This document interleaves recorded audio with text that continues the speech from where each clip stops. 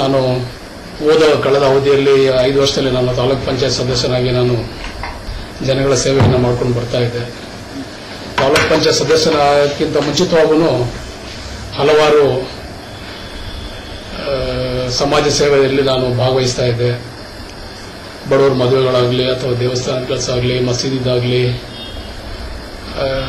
ವಿಶೇಷವಾಗಿ ನನ್ನ ಹಿಂದೂ ಬಾಂಧವನ, ಯಾಕಂದರೆ ನಾನು ಹುಟ್ಟು ಬೆಳೆದದ್ದು ನನ್ನ ಸೋದರಲ್ಲಿ ಜಾಸ್ತಿ. ನಾನು ನನ್ನ ಹಾಸ್ಟೆಲ್ನಲ್ಲಿ, ಕಾಲೇಜ್ನಲ್ಲಿ, ನನ್ನ ರೂಮ್ನಲ್ಲಿ ಅವರೆಲ್ಲ ನನ್ನ ಒಡನಾಡದಲ್ಲಿ ನಾನೆಲ್ಲ ಬೇಕಾದಷ್ಟು ನಾನು ಓಡಾಡಿದವನು, ಉದ್ಯಮ ಆಗಿದ್ದು.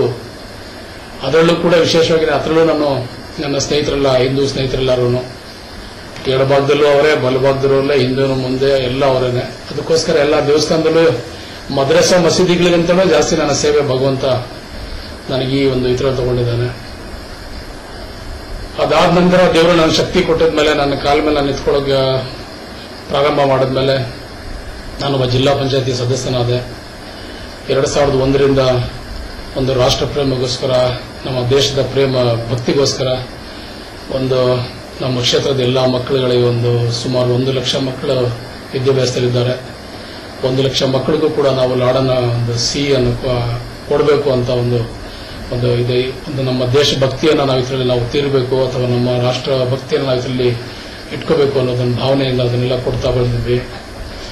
ಸುಮಾರಷ್ಟು ಮದುವೆಗಳನ್ನು ನಾವು ಜಸ್ಟ್ ಇನ್ನು 2 ವರ್ಷ ಹಿಂದೆ ನಾವು ಮುಸ್ಲಿಂ ಬಾಂಧವರಿಗೆ ಸುಮಾರು 50 ಜೊತೆ ಮದುವೆಯನ್ನ ಯಾವ ರೀತಿ ತಮ್ಮ ತಂದೆ ತಾಯಿಗಳು ಮಂಚ, ಹಾಸಿಗೆ, ಹೊದಿಕೆ, ಬೀರು, ಅವರಿಗೆ ಕೈಗೆ ಗಡಿಯಾರ, ಅಷ್ಟು ತಾಲಿ ಕಟ್ಟೆ, 10,000 ರೂಪಾಯಿ ಅವ್ರ ಕೈಗೆ, ಇದನ್ನೆಲ್ಲ ಸೇವೆ ಮಾಡಿ ಉಚಿತವಾಗಿ 1 ಲಕ್ಷಕ್ಕೂ ಹೆಚ್ಚೆ ಕೊಟ್ಟು ಅವರಿಗೆಲ್ಲ ನಾವೆಲ್ಲ ನಮ್ಮ ಮಕ್ಕಳ ರೀತಿಯಲ್ಲೇ 50 ಜೊತೆ ಮದುವೆನೂ ಮಾಡಿದ್ವಿ. ನಮ್ಮ ಸಮಾಜ ಸೇವೆದಲ್ಲೂ ಪ್ರತಿ ಹಳ್ಳಿಲೂ ಕೂಡ ನಾವು ಬಡವರನ್ನ ಹುಡುಕಿ, ಶೋಷಿತರನ್ನ ಹುಡುಕಿ ನಾವೆಲ್ಲರನ್ನು ಅವ್ರಿಗೂ ಕೂಡ ನಾವು ಮದುವೆಲಾಗಲಿ, ಅಥವಾ ಅವ್ರ ಮನೆ ಕಟ್ಟುವಾಗಲಿ, ಅಥವಾ ಅವ್ರ ಮಕ್ಕಳು ವಿದ್ಯಾಭ್ಯಾಸ ಮಾಡೋದ್ರಲ್ಲಾಗಲಿ, ಬೇರೆಯವ್ರದ್ದೇನೇ ಸ್ವಂತ ಇದಿರಲಿ, ನಮ್ಮ ಸ್ವಂತ ಶಕ್ತಿಯಿಂದ ಮತ್ತೆ ನಮಗೆ ಸರ್ಕಾರದಿಂದ ಕೊಟ್ಟಿರೋದಂತ ಒಂದು ಶಕ್ತಿಯಿಂದನೋ, ಅಥವಾ ಅಷ್ಟೇನೆ ನನಗೆ ಭಗವಂತ ಕೊಟ್ಟಿರೋದ ಶಕ್ತಿಯಿಂದನೋ ನಾವೆಲ್ಲರನ್ನು ನಾವು ಜೊತೆಲಿ ಬೆರೀಬೇಕು, ನನ್ನಂಗೆ ಅವರು ಸಂತೋಷ ಆಗಿರಬೇಕು.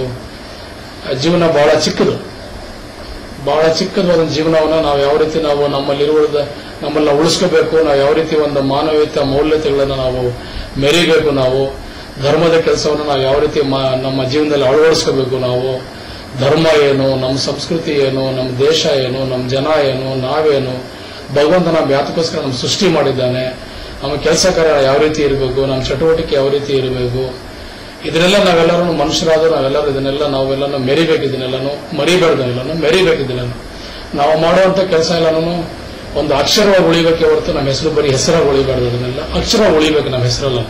ನಾವೆಲ್ಲ ಅಂತ ವಿಶೇಷವಾದ ಕೆಲಸವನ್ನು ಮಾಡಬೇಕು. ಸಾಲದಕ್ಕೆ ನನಗೆ ನನ್ನ ಜೀವನದಲ್ಲಿ ಶಾಲಾ ಮಕ್ಕಳಿಗೆ ಅಂತ ಹೇಳಿದ್ರೆ ನನಗೆ ಬಹಳ ಪಂಚಪ್ರಾಣ. ನನಗೆ ಅದು ಏನೋ ಶಾಲೆ ಮಕ್ಕಳು ಅಂತ ಹೇಳಿದ್ರೆ ದೇವ್ರ ಸಮಾನ.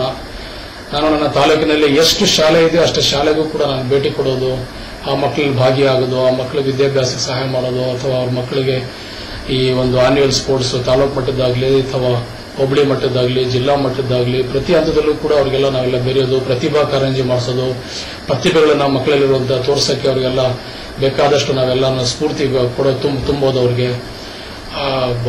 ನಮ್ಮ ಗುರುಗಳಂದ್ರೆ ನನ್ನ ತಾಲೂಕಲ್ಲಿ ಅಂದ್ರೆ ನನಗೆ ಬಹಳ ಇಷ್ಟ. ನಮ್ಗೆಲ್ಲವರೆಲ್ಲ ನನಗೆ ಬಹಳ ಪ್ರೀತಿ ಮಾಡ್ತಾರೆ ಎಲ್ಲರೂ. ಏನು ಇದೊಂದು ವಿಶೇಷವಾಗಿ ನಮಗೆಲ್ಲ ನೀವು ಬಹಳ ಇಷ್ಟೊಂದು ಭಕ್ತಿಯಾಗಿ ನೀವು ಕಾಣ್ತಿರಲ್ಲ.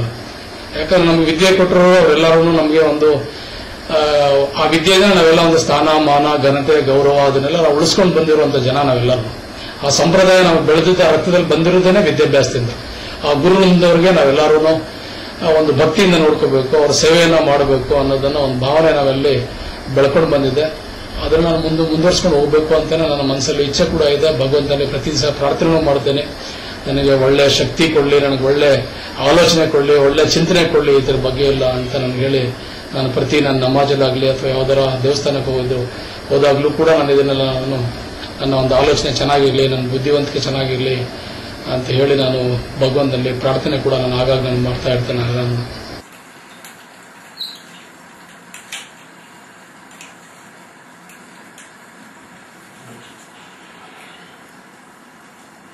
ನಮ್ಮ ತಾಲೂಕಿನಲ್ಲಿ ಬೇಕಾದಷ್ಟು ಬಡವರು, ವಿಶೇಷವಾಗಿ ಅವ್ರಿಗೆಲ್ಲ ಪಾಪ ಕೆಲವರೆಲ್ಲ ಅವರೆಲ್ಲ ನಮ್ಮಲ್ಲಿ ಕೆಲವರು ವಿಶ್ವಾಸ ಇಟ್ಟಿರ್ತಾರೆ, ಕೆಲವರು ವಿಶ್ವಾಸ ಇಟ್ಕೊಂಡು ನಮ್ಗೆ ಏನೋ ಸಹಾಯ ಮಾಡ್ತಾರೆ ಅನ್ನೋದು ಒಂದು ಭಾವನೆ ಇಟ್ಕೊಂಡಿದ್ದಾರೆ ಕೆಲವರೆಲ್ಲ, ಮದುವೆಗಾಗ್ಲಿ ಮತ್ತೊಂದಕ್ಕಾಗ್ಲಿ ಮಕ್ಕಳು ವಿದ್ಯಾಭ್ಯಾಸಕ್ಕೆ. ನಾವು ಅದನ್ನು ಆಳವಾಗಿ ನಾವು ಹಂಚ್ಕೊಳ್ತಾ ಇದ್ದೇವೆ. ಯಾಕಂದ್ರೆ ಅವ್ರು ಬಿಟ್ರೆ ಪುನಃ ಅವ್ರಿಗೆ ಇದ್ದುದು ಸ್ಥಿತಿ ಎಲ್ಲ ಕೆಟ್ಟೋಗ್ಬಿಡುತ್ತೆ. ನಾವು ಅದನ್ನೆಲ್ಲ ಬಿಡ್ಕೊಳ್ಬಿಡೋದು, ಆ ಹಂತದಲ್ಲೇ ತಳಮಟ್ಟದಲ್ಲೇ ಅವ್ರಿಗೆಲ್ಲರಿಗೂ ನಾವೆಲ್ಲ ಮುಂದಕ್ಕೆ ತಗೋಬರ್ಬೇಕು. ನಾವು ಅವ್ರಿಗೆ ಪ್ರಪಂಚವನ್ನ ತೋರಿಸ್ಬೇಕು. ಯಾವುದರಲ್ಲಿ ಭಗವಂತ ಅವ್ರ ದಾರಿ ತೋರಿಸ್ತಾನೆ ಮುಂದಕ್ಕೆ. ನಾವೊಂದು ಯಾವ ಮಟ್ಟಿಗೆ ಅವ್ರಿಗೆ ಬೆಳೆಸ್ಬೇಕು ಆ ಮಟ್ಟಿಗೆ ಅಲ್ಲಿ ಬೆಳೆಸಿದ್ರೆ ಭಗವಂತ ಆಟೋಮೆಟಿಕ್ ಅವ್ರಿಗೆಲ್ಲ ಆ ಒಂದು ಸ್ಥಾನಮಾನ ಕೊಡ್ತಾನೆ. ಮುಂದಕ್ಕೆ ಅವರೆಲ್ಲ ಒಳ್ಳೇದಾಗ್ತದೆ ಅನ್ನೋ ಭಾವನೆಯಿಂದ ನಾವು ಬೇಕಾದಷ್ಟು ಕೆಲಸಗಳನ್ನ ನಾವು ನನ್ನ ವೈಯಕ್ತಿಕ ಅವ್ರಿಗೆ ಕೇಳೋದ ತಡ ನಾನು ಯಾವತ್ತೂ ಇವತ್ತೂ ನಾನು ಯಾರೇ ಕೇಳಲಿ ಏನೇ ಕೇಳಲಿ ಭಗವಂತ ಎಷ್ಟು ನನಗೆ ಇದಾಗಿದ್ದಾನೆ ನಾನು ಇಲ್ಲ ಅಂತ ಇದುವರೆಗೆ ನನ್ನ ಬಾಯಿಂದಂತೂ ಬಂದಿಲ್ಲ. ಈಗ ನಾವು ರಂಜಾನಲ್ಲೂ ಅಷ್ಟೇ ಬಟ್ಟೆ ಗಿಟ್ಟೆ ಇದು ನಮ್ಮ ಧರ್ಮದ ಇದು ನಾವು ಇದನ್ನು ಕೊಡಲೇಬೇಕು ನಾವು. ಯಾಕಂದ್ರೆ ಭಗವಂತ ನಮಗೆ ಕೊಟ್ಟಿರುವುದೇ ನಾವು ದಾನ ಮಾಡೋಕ್ಕೋಸ್ಕರವಾಗಿ, ನಾವು ಇಟ್ಕೊಳಕ್ಕಲ್ಲ. ಭಗವಂತ ನಾವು ಕೊಡೋದು ನಾವು ಖರ್ಚು ಮಾಡಬೇಕು. ಅದರಲ್ಲೂ ಈ ಪವಿತ್ರವಾದಂಥ ರಂಜಾನ್ನಲ್ಲಿ ನಾವು ಬಹಳ ಭಕ್ತಿಯಿಂದ ನಾವೇ ಅವರೆಲ್ಲ ಬಡವರಿಗೆಲ್ಲ ಹುಡುಕಿ ಸ್ವಂತ ಮೊದಲು ನಮ್ಮ ರಿಲೇಷನ್ ನಮ್ಮ ಸಂಬಂಧಿಕರು ಅಂತ ಹೇಳಿದ್ರೆ ನಾವೆಲ್ಲ ಸಂಬಂಧಿಕರಿಗೆಲ್ಲ ನಾವೆಲ್ಲ ಅವರಿಗೆಲ್ಲ ಅವ್ರ ಮನೆಗೆಲ್ಲ ಹೋಗ್ಬೇಕು, ಅವರೆಲ್ಲ ಕಷ್ಟ ಸುಖ ಆಲಿಸಬೇಕು. ನಮ್ಮಲ್ಲಿ ಏನ್ ಶಕ್ತಿ ಕೊಟ್ಟಿದ್ದಾನೆ ಭಗವಂತ ಅವ್ರಿಗೆಲ್ಲ ನಾವೆಲ್ಲ ಸಂತೋಷವಾಗಿ ಅವ್ರಿಗೆ ಹಬ್ಬ ಮಾಡೋಕೆ. ಯಾಕಂದ್ರೆ ಮೊಹಮ್ಮದ್ ಪೈಗಂಬರ್ ಕೂಡ ಇದನ್ನೇ ಮಾಡ್ತಾ ಇದ್ದದ್ದು, ಮೊದಲೇ ಆದ್ಯತೆ ಕೊಡ್ತಾ ಇದ್ದದ್ದು. ಯಾವುದೊಂದು ಮಗು ಅವ್ರು ಹೋಗ್ತಾನೆ, ಅವ್ರು ನಮಾಜ್ಗೆ ಹೋಗುವಾಗ ಮಗು ಒಂದು ಅಳ್ತಾ ಇರುತ್ತೆ. ಯಾಕೆ ಅಂತ ನಮ್ಮ ಮೊಹಮ್ಮದ್ ಪೈಗಂಬರ್ ನಮಾಜ್ಗೆ ಹೋಗ್ತಾ ಯಾಕಂತ ಕೇಳ್ತಾರೆ. ಅವ್ರು ಹೇಳ್ತಾರೆ ನಮ್ಮ ತಂದೆ ಇಲ್ಲ, ನಮ್ಮ ತಾಯಿ ಇಲ್ಲ, ನನಗೆ ಸ್ನಾನ ಮಾಡಿಲ್ಲ, ಬಟ್ಟೆ ಇಲ್ಲ ಅಂತ ಹೇಳ್ತಾರೆ. ವಾಪಸ್ ಅವರು ನಮಾಜ್ಗೆ ಹೋಗ್ತಾನೆ ವಾಪಸ್ ಬಂದು ಪುನಃ ಮಗುಗೆಲ್ಲ ಸ್ನಾನ ಮಾಡಿಸಿ ಆ ಬಟ್ಟೆ ಇಕ್ಸಿ ಹೋಗ್ತಾರೆ. ಆವಾಗ ಎಲ್ರಿಗೂ ಹೇಳ್ತಾರೆ ನಾವೆಲ್ಲರೂ ಎಲ್ಲಾ ಮಕ್ಕಳಿಗೂ ನಾವು ಈ ರೀತಿ ನಾವೆಲ್ಲರಿಗೂ ಒಂದು ಸಂತೋಷವನ್ನು ಕೊಡಬೇಕು. ನಮ್ಮ ಮಕ್ಕಳಲ್ಲಿ ಆ ಮಕ್ಕಳು ಬೆರಿಬೇಕು, ನಮ್ಮ ಮಕ್ಕಳಂಗೆ ನಾವೆಲ್ಲಾ ಮಕ್ಕಳು ನೋಡ್ಕೋಬೇಕು ಅಂತೇಳಿ ನಮಗೆಲ್ಲ ಪ್ರವಚನವನ್ನು ಮಾಡಿಕೊಟ್ಟಿದ್ದಾರೆ. ಅದಕ್ಕೆ ಹೇಳಿದ್ದಾರೆ ಒಂದು ಶರಣರ ಒಂದು ನಾನುಡಿ ಕೂಡ ಹೇಳ್ತಾರೆ ನಮ್ಗೆ, ಓದಿ ಬ್ರಾಹ್ಮಣನಾಗು, ಕಾದು ಕ್ಷತ್ರಿಯನಾಗು, ಏನಾದರೂ ಆಗು, ಮೊದಲು ಮಾನವನಾಗು ಅಂತ ಹೇಳಿ ಒಂದು ನಾನುಡಿ ಕೂಡ ಹೇಳ್ತಾರೆ. ಅದನ್ನೆಲ್ಲ ನಾವೆಲ್ಲ ಮೊದಲು ಮಾನವರಾಗಬೇಕು, ನಾವು ಮಾನವೀಯತೆನ ಮೆರಿಬೇಕು. ನಾವು ನಮ್ಮ ಒಂದು ಮೌಲ್ಯತೆಗಳನ್ನ ನಾವು ನಮ್ಮ ಇದರಲ್ಲಿ ನಾವು ನಮ್ಮ ಸಂಸ್ಕೃತಿಯನ್ನ ನಾವು ಹಿಡಿಬೇಕು, ದೇಶಭಕ್ತಿ ಹಿಡಿಬೇಕು. ನಮ್ಮ ದೇಶವನ್ನು ಭದ್ರವಾಗಿ ಕಟ್ಟಬೇಕಾದ್ರೆ ಇಂಥ ಒಂದು ತಳಮಟ್ಟದಲ್ಲಿ ನಾವೆಲ್ಲರೂ ಇಂಥ ಒಂದು ವಿಶೇಷವಾದ ಒಂದು ಕಾರ್ಯಕ್ರಮಗಳಾಗಲಿ, ವಿಶೇಷವಾದ ಒಂದು ಧರ್ಮದ ಕೆಲಸ ನಾವೆಲ್ಲರೂ ನಮ್ಮ ಜೀವನದಲ್ಲಿ ಅಳವಡಿಸ್ಕೋಬೇಕು ಅಂತ ಹೇಳಿ ನಾನು ಎಲ್ಲಾ ಸ್ನೇಹಿತರಿಗೂ ಅಷ್ಟೇ, ಭಗವಂತ ಯಾರ್ಯಾರು ಶಕ್ತಿ ಕೊಟ್ಟಿದ್ದಾನೆ ಅವರೆಲ್ಲರೂ ಸಹ ಇಂಥ ಒಂದು ಪ್ರವೃತ್ತಿನ ಬೆಳೆಸ್ಕೋಬೇಕು, ತಮ್ಮ ಜೀವನದಲ್ಲಿ ಎಲ್ಲರೂ ಹಂಚ್ಕೋಬೇಕು ಅಂತ ಹೇಳಿ ನನ್ನ ಆಸೆ ಇದೆಲ್ಲ.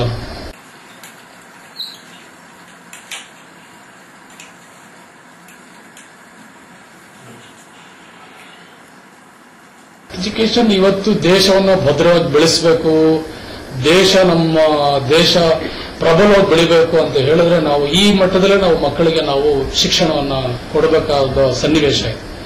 ಆ ಒಂದು ತಳಮಟ್ಟದಲ್ಲಿ ನಾವು ಮಕ್ಕಳಿಗೆ ಬೆಳೆಸಿದ್ರೆ ನಮ್ಮ ದೇಶ ಭದ್ರವಾಗಿರ್ತದೆ. ಯಾಕಂದ್ರೆ ಈಗ ಸಿದ್ಧ ನೋಡಿದಿರ ಮುಖ್ಯಮಂತ್ರಿಗಳೆಲ್ಲ ಜೈಲಿಗೆ ಹೋಗ್ತಾ ಇದ್ದಾರೆ, ಮಂತ್ರಿಗಳೆಲ್ಲ ಜೈಲಿಗೆ ಹೋಗ್ತಾ ಇದ್ದಾರೆ, ಸಂಸತ್ನಲ್ಲಿ ಎಲ್ಲ ಸದಸ್ಯರೆಲ್ಲನೂ ಇವತ್ತೆಲ್ಲಾನು ಕಾನೂನು ಚೌಕಟ್ಟೆಲ್ಲ ತಗಲಾಕೊಟ್ಟೆಲ್ಲ ಬೇಕಾದಷ್ಟು ಅವ್ಯವಹಾರಗಳನ್ನು ಮಾಡ್ತಾ ಇದ್ದಾರೆ. ಇದನ್ನ ನಾವೆಲ್ಲ ಮಕ್ಕಳಿಗೆಲ್ಲ ನಾವೆಲ್ಲ ತೋರಿಸ್ಬೇಕು, ಮಕ್ಕಳಿಗೆಲ್ಲ ತಿಳುವಳಿಕೆಯನ್ನು ಹೇಳ್ಬೇಕು. ನಾವೆಲ್ಲರಿಗೂ ಸಮಾಜದಲ್ಲಿ ಏನ್ ನಡೀತಾ ಇದೆ, ಸಮಾಜ ಅಂದ್ರೆ ಏನು, ಇವರೆಲ್ಲ ಏನ್ ಮಾಡ್ತಾ ಇದ್ದಾರೆ, ಸಮಾಜಕ್ಕೋಸ್ಕರ ನಮ್ಮ ತ್ಯಾಗ ಏನು, ನಮ್ಮ ಊರಿಗೋಸ್ಕರ ತ್ಯಾಗ ಏನು ಅನ್ನೋದನ್ನ ನಾವೆಲ್ಲರೂ ನಾವು ಆ ಮಕ್ಕಳು ಆ ಹಂತದಲ್ಲೇ ಬೆಳೆಸಿದ್ರೆ ದೇಶ ಭದ್ರವಾಗಿರುತ್ತೆ ಅನ್ನೋದನ್ನ ನನ್ನ ಒಂದು ಆಳವಾದ ಒಂದು ಯೋಚನೆ. ಮೊದಲು ನಾನು ತಾಲೂಕ್ ಪಂಚಾಯತಿ ಆಗಿದ್ದಾಗ ವಿವಿಧ ಬೇಕಾದಷ್ಟು ಅನುದಾನಗಳು ನಮ್ಮ ಸರ್ಕಾರದಿಂದ, ಆವಾಗ ನಮ್ಮ ಸರ್ಕಾರ ಇರಲಿಲ್ಲ, ದಳದ ಸರ್ಕಾರ ಆಯಿತು. ಆದ್ರೂ ನಮ್ಮ ನಾಯಕರು DK ಶಿವಕುಮಾರ್ ಬಹಳ ಪ್ರಬಲವಾಗಿ ಬೆಳೆದಂತ ನಾಯಕರು ಇವರು. ಅವರ ಒಂದು ಶಕ್ತಿ ಆದಿ ಬೇಕಾದಷ್ಟು ಅನುದಾನಗಳನ್ನ ಕೇಂದ್ರ ಸರ್ಕಾರದಿಂದ ತಗೊಬಂದಿದ್ದಾರೆ. ಆ ಅನುದಾನನ ನಾವು ಬಡವರ ಮನೆ ಬಾಗಿಲಿಗೆ ತಲುಪಿಸುವಂತ ಶಕ್ತಿ ನಮಗೆ ಕೊಟ್ಟಿದ್ದಾರೆ. ಅವರು ತಂದುಕೊಡ್ತಾರೆ, ನಾವು ಅದನ್ನ ಮಧ್ಯದಲ್ಲಿ ಬಿಡಬಾರ್ದು. ನಾವು ಅದನ್ನು ತಗೊಂಡೋಗಿ ವಿಶೇಷವಾಗಿ ಬಡವರಿಗೆ ಹುಡುಕಿ, ಯಾರು ತಳಹದಿ ಇಲ್ಲ, ಯಾರು ಗುಡಿಸಲಿದ್ದಾರೆ, ಯಾವ ತಾಯಿಗೆ ವಿದ್ಯಾಭ್ಯವೇತನ ಆಗಿಲ್ಲ, ಯಾರು ವೈಐಪಿ ಆಗಿಲ್ಲ, ಯಾರು ರೇಷನ್ ಕಾರ್ಡ್ ಇಲ್ಲ, ಯಾರು ಎಲೆಕ್ಷನ್, ಇಂಥ ಒಂದು ಸೋಷಿಯಲ್ ವರ್ಕ್ ನಾವು ಹೋಗಿ ಹುಡುಕಿ ಮಾಡುವಂತ ಶಕ್ತಿ ಅವರು ನಮಗೆಲ್ಲ ತುಂಬಿದ್ದಾರೆ. ಆ ಶಕ್ತಿಯಿಂದ ಅವ್ರಿಗೆಲ್ಲ ನಾವು ಸಹಾಯ ಮಾಡಬೇಕು, ಮುಂದೆ ತಗೋಬರ್ಬೇಕು ಅಂತ ಅವಾಗೆಲ್ಲ ನಾವು ತಾಲೂಕ್ ಪಂಚಾಯತ್ ಇರುವಾಗ ಕೆಲಸ ಮಾಡಿದ್ವಿ. ಅದನ್ನೆಲ್ಲ ನಮ್ಮ ಜಿಲ್ಲಾ ಪಂಚಾಯತ್ ನಾವು ಕಾಂಗ್ರೆಸ್ ಮೆಂಬರ್ಗಳೆಲ್ಲ 10 ಜನ ಇದ್ದೀವಿ, ದಳದವರು 12 ಜನ ಇದ್ದಾರೆ. ನನಗೆ ನನ್ನ ಕ್ಷೇತ್ರದಲ್ಲಿ ನೈರ್ಮಲ್ಯತೆಯನ್ನು ಮಾಡಬೇಕು ಅಂದ್ಬಿಟ್ಟು ಈಗ ಇಡೀ ನಮ್ಮ ಕರ್ನಾಟಕ ರಾಜ್ಯದಲ್ಲಿ ನನ್ನದೇ ಆದಂತಹ ಒಂದು ಕೋಡಿಹಳ್ಳಿ ಕ್ಷೇತ್ರದಲ್ಲಿ ಪ್ರತಿ ಮನೆಯಲ್ಲೂ ನಮಗೆ ಲ್ಯಾಬೊರೇಟರಿ ಸಿಸ್ಟಮ್ ಇರಬೇಕು. ಯಾವುದು ಬಯಲಿಗೆ ಎಲ್ಲ ಯಾರು ಹೆಣ್ಮಕ್ಳಾಗ್ಲಿ ಅಥವಾ ಮತ್ತೊಬ್ಬರಾಗ್ಲಿ ಯಾರು ಹೋಗ್ಬಾರ್ದು. ಆ ನೈರ್ಮಲ್ಯನ ನಾವು ಮಾಡಬೇಕು ಅಂತ ಹೇಳಿ ಒಂದು ಒಂದು ಒಂದು ಒಂದು ಪ್ಲಾನ್ ಅನ್ನ ಈಗಾಗಲೇ ನಾನು ನಮ್ಮ ಸಿಇಒಗೆ ಮತ್ತೆ ಸಿಪಿಒಗೆ ನಮ್ಮ DS ಅವರಿಗೆ ಎಲ್ಲರಿಗೂ ಮೊನ್ನೆ ಎಲ್ಲ ನಾನು ಒಂದು ಮೀಟಿಂಗ್ ಇಲ್ಲಿ ಕರೆದು ವಿಶೇಷವಾಗಿ ನನ್ನ ಪಂಚಾಯತಿನೇ ನನ್ನ ಕ್ಷೇತ್ರನೇ ನೀವು ಆಯ್ಕೆ ಮಾಡಿಕೊಡಿ, ಆ ಕ್ಷೇತ್ರನ ನಾನು ನನ್ನ ಮಟ್ಟದಲ್ಲೂ ನಾನು ಇದು ಮಾಡ್ತೇನೆ. ಮತ್ತೆ ಸರ್ಕಾರದಲ್ಲಿ ಬರುವಂತಹ ಅನುದಾನದಲ್ಲೂ ಕೂಡ ನಾವು ಇದನ್ನ ಫಸ್ಟ್ ನಮ್ಮ ಪಂಚಾಯತಿನ ಒಂದು ಜಿಲ್ಲಾ ಪಂಚಾಯತಿನ ನಾವು ನಮ್ಮ ಇಡೀ ರಾಜ್ಯದಲ್ಲಿ ಇದನ್ನು ಅಳವಡಿಸಬೇಕು ಅಂತ ಹೇಳಿ ನಾನು ಕೇಳ್ಕೊಂಡಾಗ ಅವರೆಲ್ಲ ನನಗೆ ಈಗಾಗಲೇ 6ನೇ ತಾರೀಕು 7ನೇ ತಾರೀಕು ಒಂದು ಸಭೆಯನ್ನು ಕರೆದಿದ್ದಾರೆ ಗ್ರಾಮ ಪಂಚಾಯತಿ ಮಟ್ಟದಲ್ಲಿ. ಒಂದೊಂದು ಪಂಚಾಯತಿನೇ ನಾವೆಲ್ಲ ಸರ್ವೆ ಮಾಡ್ತೀವಿ. ಪ್ರತಿ ಮನೆಯಲ್ಲೂ ಇಂಥ ಒಂದು ಲ್ಯಾಬೊರೇಟರಿ ಅಂದ್ರೆ ಏನದು ನೈರ್ಮಲ್ಯವನ್ನು ಇರಬಾರ್ದು ಅಂದ್ಬಿಟ್ಟು ಇದು ಮಾಡಬೇಕು ಅಂದ್ಬಿಟ್ಟು ಈಗ ಅದನ್ನ ಮಾಡಕ್ ನಾವು ಹೊರಟಿದ್ದೀವಿ. ನಾವು ಒಂದು ಎಜುಕೇಶನ್ ಟ್ರಸ್ಟ್ ಮಾಡ್ಬೇಕಂತ ಬಹಳ ಆಸೆ ಇತ್ತು. ನಾನು ವಿದ್ಯಾಭ್ಯಾಸ ಮಾಡಿದಾಗ ನಾನು ಡಿಗ್ರಿ ಮಾಡಿ ನಾನು ಕಾಂಪಿಟೇಟಿವ್ ಎಕ್ಸಾಮ್ KS ಎಕ್ಸಾಮ್ ತಗೊಂಡಾಗ ನಾನು ಒಂದು ಅಲ್ಫತಾ ಎಜುಕೇಶನ್ ಟ್ರಸ್ಟ್ ಅಂದ್ಬಿಟ್ಟು ಒಂದು ಇನ್ಸ್ಟಿಟ್ಯೂಟ್ ಓಪನ್ ಮಾಡಿದ್ದೆ. ಆವಾಗ ಸುಮಾರು 800 ಮಕ್ಕಳು ಓದ್ತಾ ಇದ್ರು.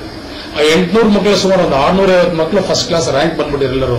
ಇವಾಗ ನನಗೆ ವಿದ್ಯಾಭ್ಯಾಸ ಮೇಲೆ ಗಮನ ಹಾಕಿ ನಾನೇ ನಮ್ಮ ಊರ್ ಕಡೆ ಒಂದು ಇನ್ಸ್ಟಿಟ್ಯೂಟ್ ಒಂದು ಅಲ್ಫತಾ ಎಜುಕೇಶನ್ ಒಂದು NM ಎಜುಕೇಶನ್ ಟ್ರಸ್ಟ್ ನಾನು ಮಾಡಬೇಕು ಅಂತ ಒಂದು ಮನಸ್ಸಲ್ಲಿತ್ತು.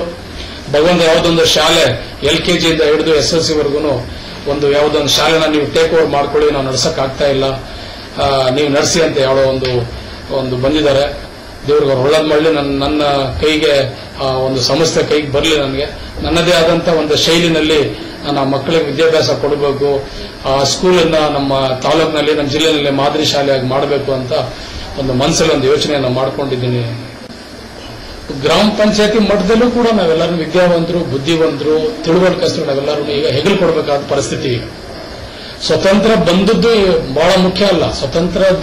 ಸ್ವತಂತ್ರಕ್ಕೋಸ್ಕರ ದುಡಿದ್ರು, ಸ್ವತಂತ್ರಕ್ಕೋಸ್ಕರ ಹಗಲಿರುಳು ಎಲ್ಲ ಬೇಕಾದಷ್ಟು ಜನ ಕೆಲಸ ಮಾಡಿ ನಮಗೆ ಸ್ವತಂತ್ರವನ್ನು ಕೊಟ್ಟಿದ್ದಾರೆ.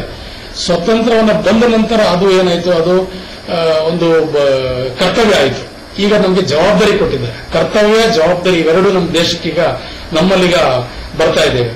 ಈಗ ನಾವು ಆ ಜವಾಬ್ದಾರಿಯನ್ನು ನಿಭಾಯಿಸಬೇಕಾದ್ರೆ ನಾವು ಈಗ ಈ ಮಟ್ಟದಲ್ಲಿ ನಮ್ಮ ಗ್ರಾಮ ಪಂಚಾಯತಿ ಮಟ್ಟದಲ್ಲೇನೆ ಶಾಲಾ ಮಟ್ಟದಲ್ಲೇನೆ ನಾವು ಅದನ್ನ ಒಂದು ಅವೇರ್ನೆಸ್ ಮಕ್ಕಳಿಗೆ ಆಗ್ಲಿ ನಾವಾಗ್ಲಿ ನಮ್ಮ ಹಿರಿಕರಾಗ್ಲಿ ನಾವೆಲ್ಲರಿಗೂ ಈಗ ಒಂದು ಜಾಗರಣೆಯನ್ನ ಮಾಡ್ಬೇಕು. ಎಲ್ರಿಗೂ ಈಗೆಲ್ಲ ನಾವೆಲ್ಲ ಎದ್ದೀವಿ ದೇಶವನ್ನು ಕಾಪಾಡಬೇಕು ಅನ್ನೋ ಇದು ನೋಡಿ. ಈಗ ಅಮೆರಿಕನೇ ಈಗೆಲ್ಲ ಬೇಕಾದಷ್ಟು ಹಿಂದೆ ಹೋಗ್ತಾ ಇದೆ ಈಗಾಗ್ಲೇನೆ. ಎಲ್ಲರೂ ಅವ್ರು ಮಾಡೋದಂತ ದರ್ಬಾರು ಯಾರು ಮಾಡಲ್ಲ, ದೊಡ್ಡಣ್ಣ ಅಂತ ಕರೀತಾರೋ, ಈಗ ಚಿಕ್ಕಣ್ಣ ಆಗ್ಬಿಟ್ಟಿದ್ದಾರೆ. ನಮ್ಮ ದೇಶ ಆ ಮಟ್ಟಿಗೆ ಹೊಟ್ಟೋಗ್ಬಿಡ್ತದೆ. ನಾವೇನಾದ್ರೂ ಬಿಟ್ಟರೆ ಇದನ್ನು ನಮ್ಮ ದೇಶ ಬೇಕಾದಷ್ಟು ಭಗವಂತ ಸಂಪತ್ತಲ್ಲಿ ಬೇಕಾದಷ್ಟು ಸಂಪತ್ತನ್ನ ಕೊಟ್ಟಿರುವಂತ ದೇಶ ಇದು. ಇಲ್ಲಿ ಶರಣರು ಪೈಗಂಬರ್ಗಳು ಬಂದಂತ ದೇಶ ಇದು. ಶರಣರು ಇದ್ದಂತ ಹುಟ್ಟಿದಂತ ದೇಶ ಇದು. ಹಿಂದೂಸ್ತಾನ ಅಂತ ಹೇಳಿದ್ರೆ ಹಿಂದೂಗಳ ಆಸ್ಥಾನ ಇದು. ಹಿಂದೂಗಳ ದರ್ಬಾರ ಮಾಡಿದಂತ ಆಸ್ಥಾನ ಇದೆಲ್ಲ. ನಾವೆಲ್ಲ ಗುಲಾಮರುಗಳಾಗ್ಬಿಡುದು. ನಾವೆಲ್ಲರೂ ಆ ಆಸ್ಥಾನದ ಮೇಲೆ ಕುತ್ಕೊಂಡು ನಾವು ರಾಜಭಾರ ಮಾಡಬೇಕು. ಅದನ್ನ ನಾವು ಈ ಮಕ್ಕಳಲ್ಲಿ ನಾವು ಪ್ರವೃತ್ತಿ ನಾವು ಬಿಡಬಾರ್ದು. ಆ ಮಕ್ಕಳಿಗೆಲ್ಲರೂ ಆ ಮಕ್ಕಳಿಗೆ ಆ ಒಂದು ಮಟ್ಟದಲ್ಲಿ ನಾವು ಮಕ್ಕಳಿಗೆ ನಾವು ಬೆಳೆಸಬೇಕು. ಅಲ್ಲಿಂದನೇ ಆ ಶಿಕ್ಷಣ ಪ್ಲಸ್ ಈ ಒಂದು ಪ್ರವೃತ್ತಿಯನ್ನು ನಾವು ಇಬ್ಬರಿಗೆ ಸೈಮಲ್ಟೇನಿಯಸ್ ಆಗಿ ಎರಡು ಪಟ್ಕೊಂಡು ಬಂದ್ರೆ ನಮ್ಮ ದೇಶ ಬಹಳ ಮುಂದುವರುತ್ತೆ ಅನ್ನೋದನ್ನ ನನ್ನ ಒಂದು ಅಂತರಾಳದ ಮಾತಿದೆ.